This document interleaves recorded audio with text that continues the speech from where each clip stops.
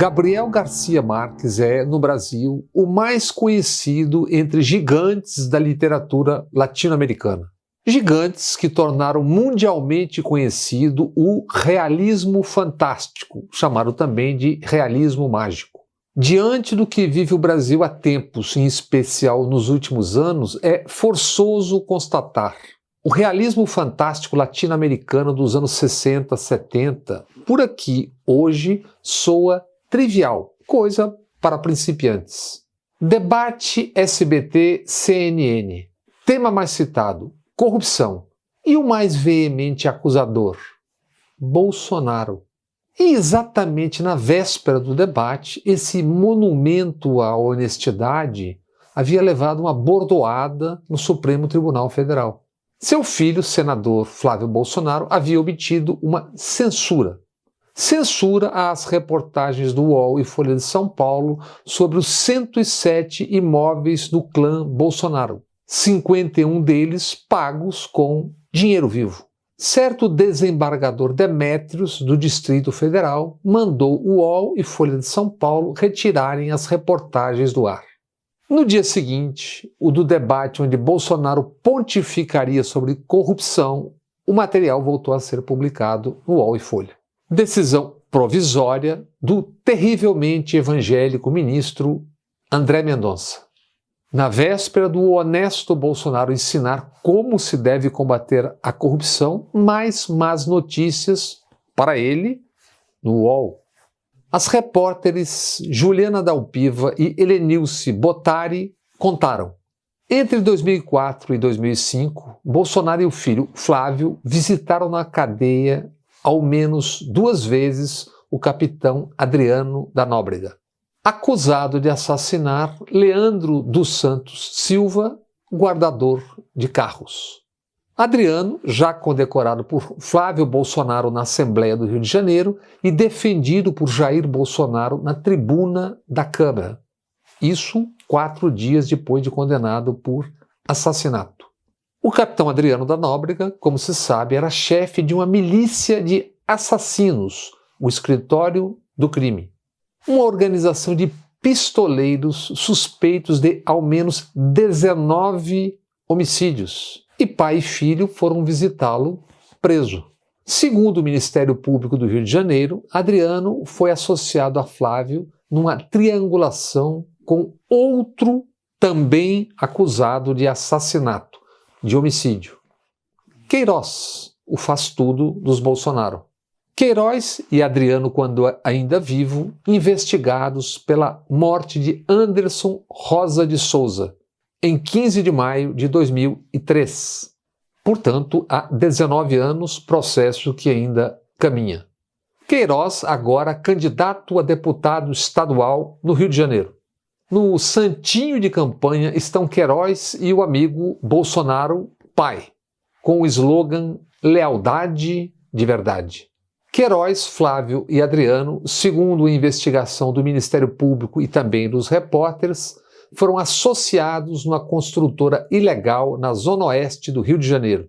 Queiroz e filha e a mãe e irmã do capitão Adriano trabalharam com os Bolsonaro, com o pai Jair e com o filho Flávio, segundo a investigação do Ministério Público, e dos repórteres do UOL, Juliana Dalpiva e Tiago Erdi.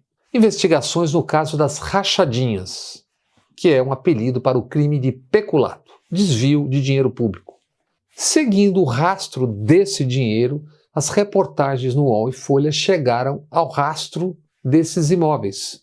107, 51 pagos com dinheiro vivo. Na véspera do pai pontificar sobre corrupção no debate fantástico, Eduardo 03 admitiu no YouTube: pagou em parte com dinheiro vivo um apartamento em Copacabana. Tinha renda para tanto, disse Eduardo. E nem 1/3 dele foi pago com dinheiro vivo.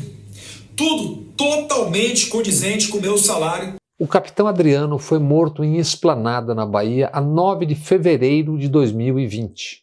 Por uma dessas coincidências, Eduardo Bolsonaro visitava Salvador, a Bahia, naqueles dias.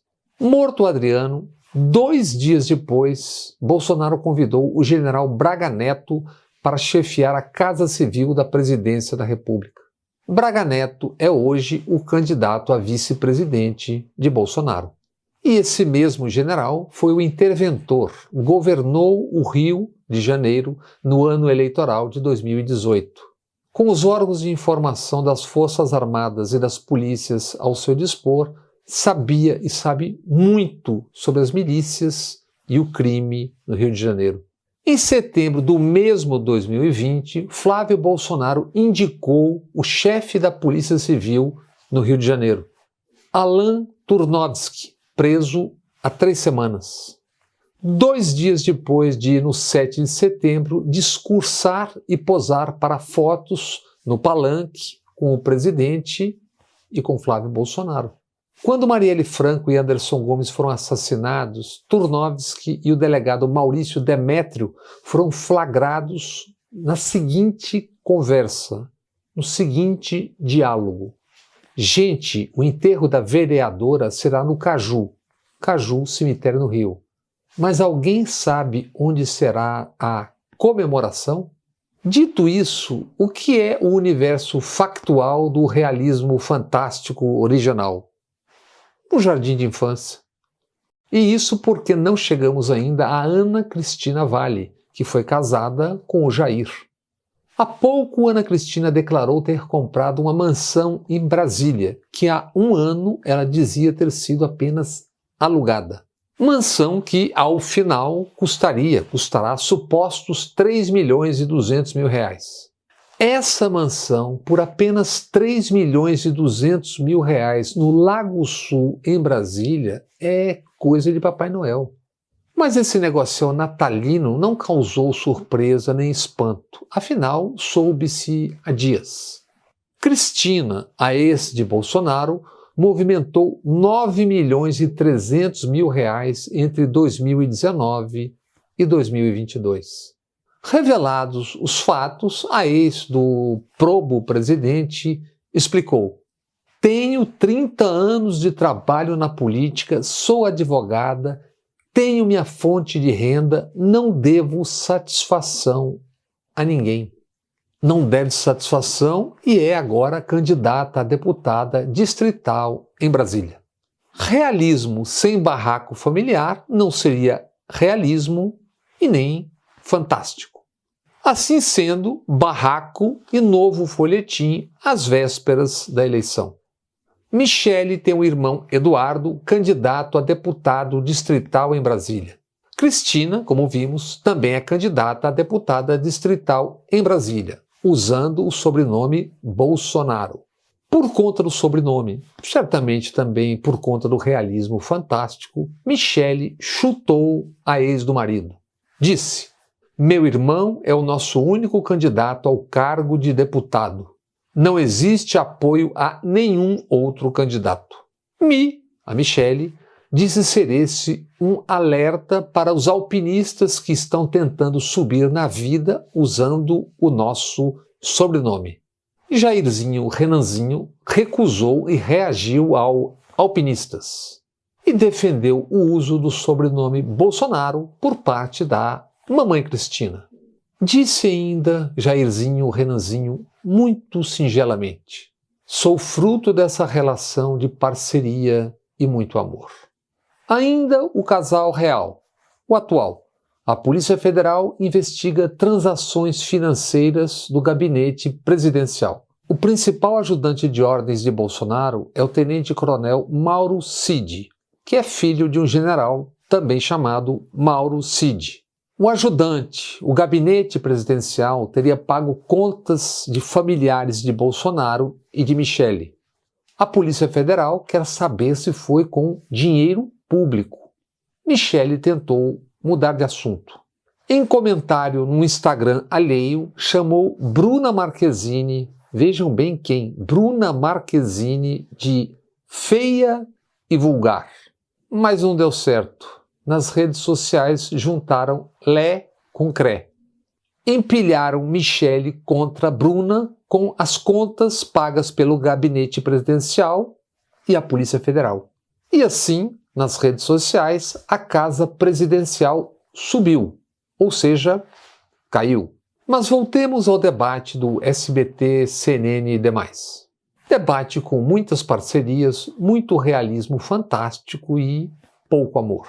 Reta final da eleição e eis que subitamente despenca no debate um novo candidato. Um tal Kelmon que diz ser padre. Nos últimos dias, igrejas várias o têm desmentido. Fogem dele como o cramunhão foge da cruz. Em resumo, o padre que não é padre, ou padre é de uma igreja de si mesmo, é um avatar de Robertão Jefferson, o dono do PTB, que no momento encontra-se recolhido em prisão domiciliar. Não podendo disputar a presidência da República, mandou um clone. Se Robertão Jefferson já é aquilo, imaginem o que é o seu sub. O padre de bandana prestou-se à baderna e serviu de escada para o Jair. Também ele, o padre, deitou falação sobre corrupção, como fizeram Ciro Gomes, Simone Tebet e a dupla do 1% ou nem tanto, Soraya Tronic e Felipe Dávila. A senadora Soraya fez referências algo heterodoxas à vara curta de Bolsonaro. Bolsonaro, por sua vez, disse à combatente da corrupção ter ela recebido 114 milhões de reais para suas emendas. Bolsonaro mentiu. Soraya recebeu apenas 95 milhões de reais em 3 anos. Emendas do orçamento que segue secreto para os eleitores. 54 bilhões de reais em 3 anos. Ninguém sabe quem e para que exatamente. Soraya, sempre numa pegada heterodoxa, citou numa mesma, digamos, via, ao mesmo tempo, leite condensado, Viagra e prótese peniana. O que é? Não reajusta a merenda escolar, mas gasta milhões com leite condensado. Tira remédio da farmácia popular, mas mantém a compra de Viagra. Não compra vacina para a Covid, mas distribui prótese peniana para os seus amigos. O que é? Certamente ranger de dentes nos quartéis. Já Felipe Dávila, o liberal do Novo, disse o que anda repetindo por aí. Eu sou um brasileiro como vocês.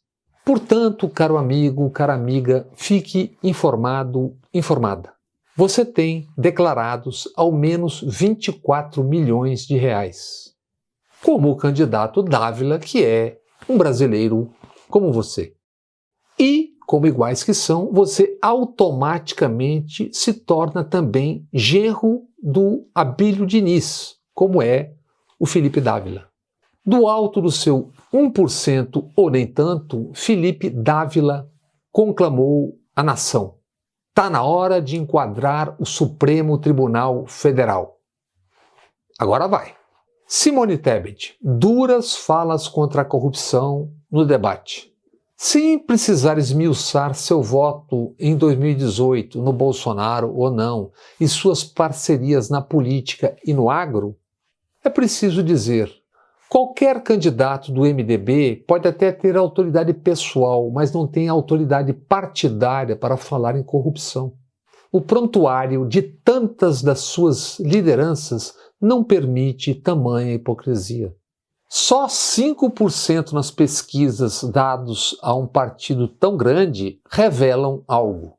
Revelam como a população, o chamado o povo, há décadas enxerga o MDB de Simone Tebet. Realismo fantástico. Com o MDB, então PMDB, nasceu a Nova República. Nasceu, diga-se, num derrame de caixa 2, tanto para Paulo Maluf quanto para a campanha de Tancredo Neves. Nova República liderada por Tancredo, que buscou o poder máximo por 50 anos. Ministro, ele estava, por exemplo, no enterro de Getúlio Vargas. Quando, enfim, chegou à presidência em 1985, Tancredo entrou no palácio num caixão. Quase 30 anos depois, em 2014, com um enorme caminho pela frente, Aécio Neves, neto de Tancredo, não aceitou o resultado da eleição presidencial. Mal aconselhado, guiado pelo ressentimento diante da derrota eleitoral, Aécio enterrou a nova república arquitetada pelo avô, Tancredo Neves. Ciro Gomes, à parte sua reconhecida franqueza, político algum pode abrir mão de estratégias, de táticas. As de Ciro seguem sendo algo que só ele e muito próximos sabem quais são. À parte sua franqueza, qualidades e direitos. Salvo uma hecatombe nuclear, Ciro não tem chance alguma de vencer essa eleição, de chegar ao segundo turno. Nem por isso está obrigado a apoiar quem quer que seja. Ele é candidato e sua consciência lhe dita o que fazer. E ponto. Os eleitores o julgarão. Foi assim no Ceará, por décadas muito bem avaliado.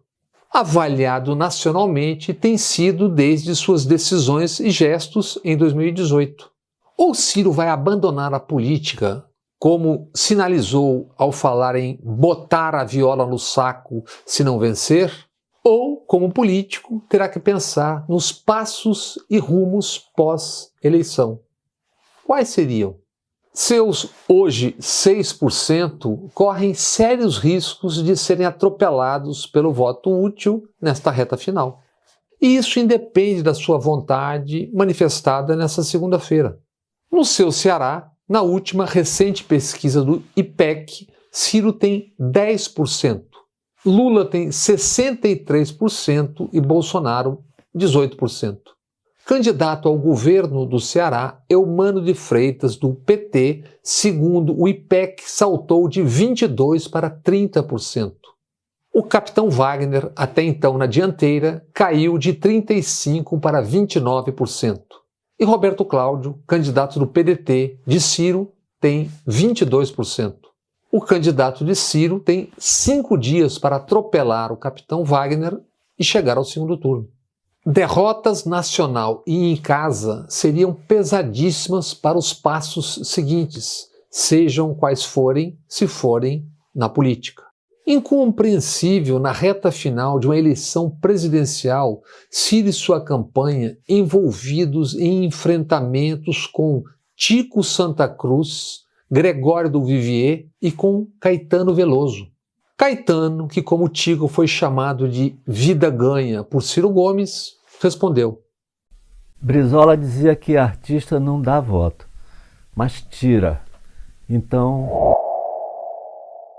Os três são admiradores, são ex-eleitores de Ciro, mas agora entenderam que devem se engajar contra quem, de fato, mesmo encarna o fascismo, Jair Messias Bolsonaro.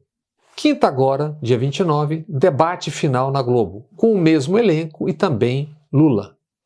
Porções do Brasil, basta ver, fazem da política uma festa nesta reta final, às vésperas das eleições. Olha a rua como tá. Não dá nem para entrar, meu amor. A entrada da Portela.